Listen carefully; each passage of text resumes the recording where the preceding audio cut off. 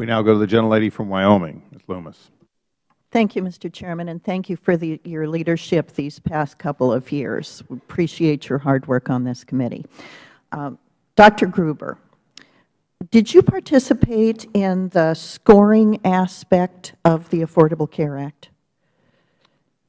I provided economic microsimulation results to the Administration and Congress to help understand the cost and coverage effects of the law, but I did not provide any official scoring.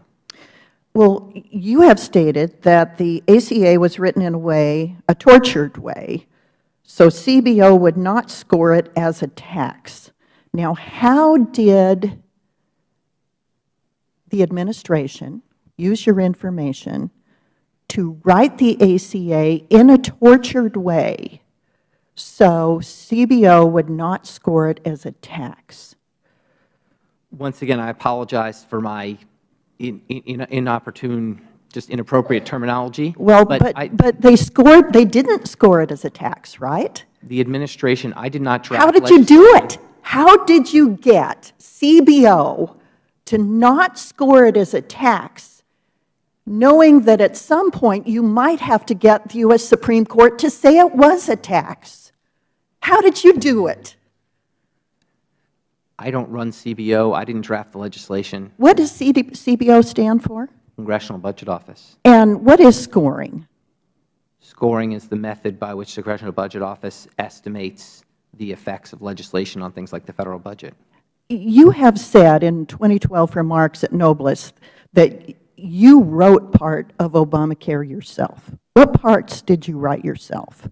If I said that, that was once again an effort to seem more important than I was. Well, why would you say you wrote part of Obamacare yourself, and you're the numbers guy? They used your modeling, and they knew they might have to convince the U.S. Supreme Court that it was a tax and convince the Congressional Budget Office for scoring purposes that it was not a tax.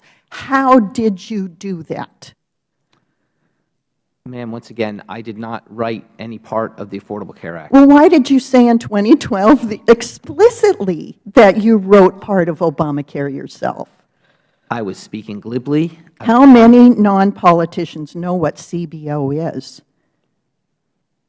How many non-politicians know what scoring is?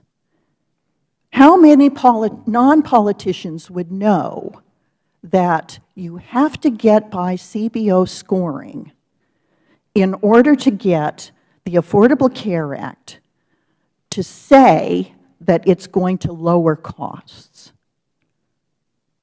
You are a politician.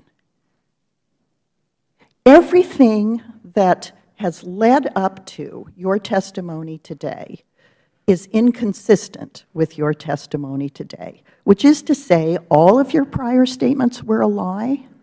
Is that true? Were all of your prior statements a lie, or were they just glib? They were not a lie. I want to change subjects and visit with Ms. Tavenner about something that you'd begun to discuss with Dr. Gosar, and that is there a decline in participation? Is that what has yielded smaller increases in the cost of health care? I don't have an answer to that, and I think we'd have to wait for someone.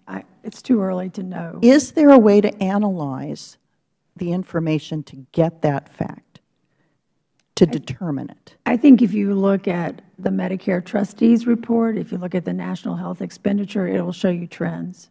Okay, I'm hopeful to get those trends. I'm going to give you a little story. I'm on Obamacare. My husband was on Obamacare with me. And we were told that we were enrolled in Obamacare. And then when we filed claims, we were told we were not enrolled in Obamacare. And then we got it straightened out, and he filed claims, and we were told once again that we were not on Obamacare.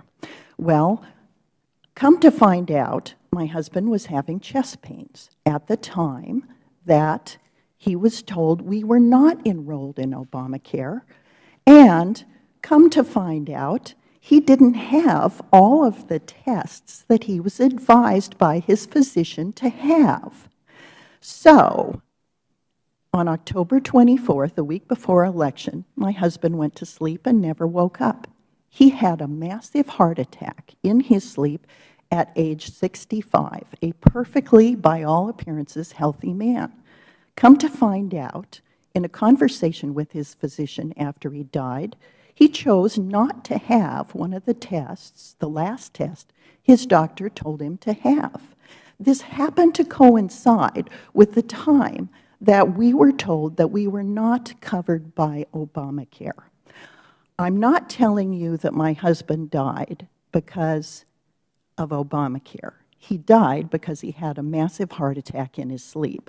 But I am telling you that during the course of time that he was having tests by a physician and was told we were not covered by Obamacare, that he then decided not to have the last test the doctor asked him to have. Let me suggest that there may be a decline in participation and that it may not be to the benefit of the American people. I want to suggest that regardless of what happened to me personally, that there have been so many glitches in the passage and implementation of Obamacare that have real-life consequences on people's lives. And the so-called glibness that has been referenced today have direct consequences for real American people. So get over your damn glibness.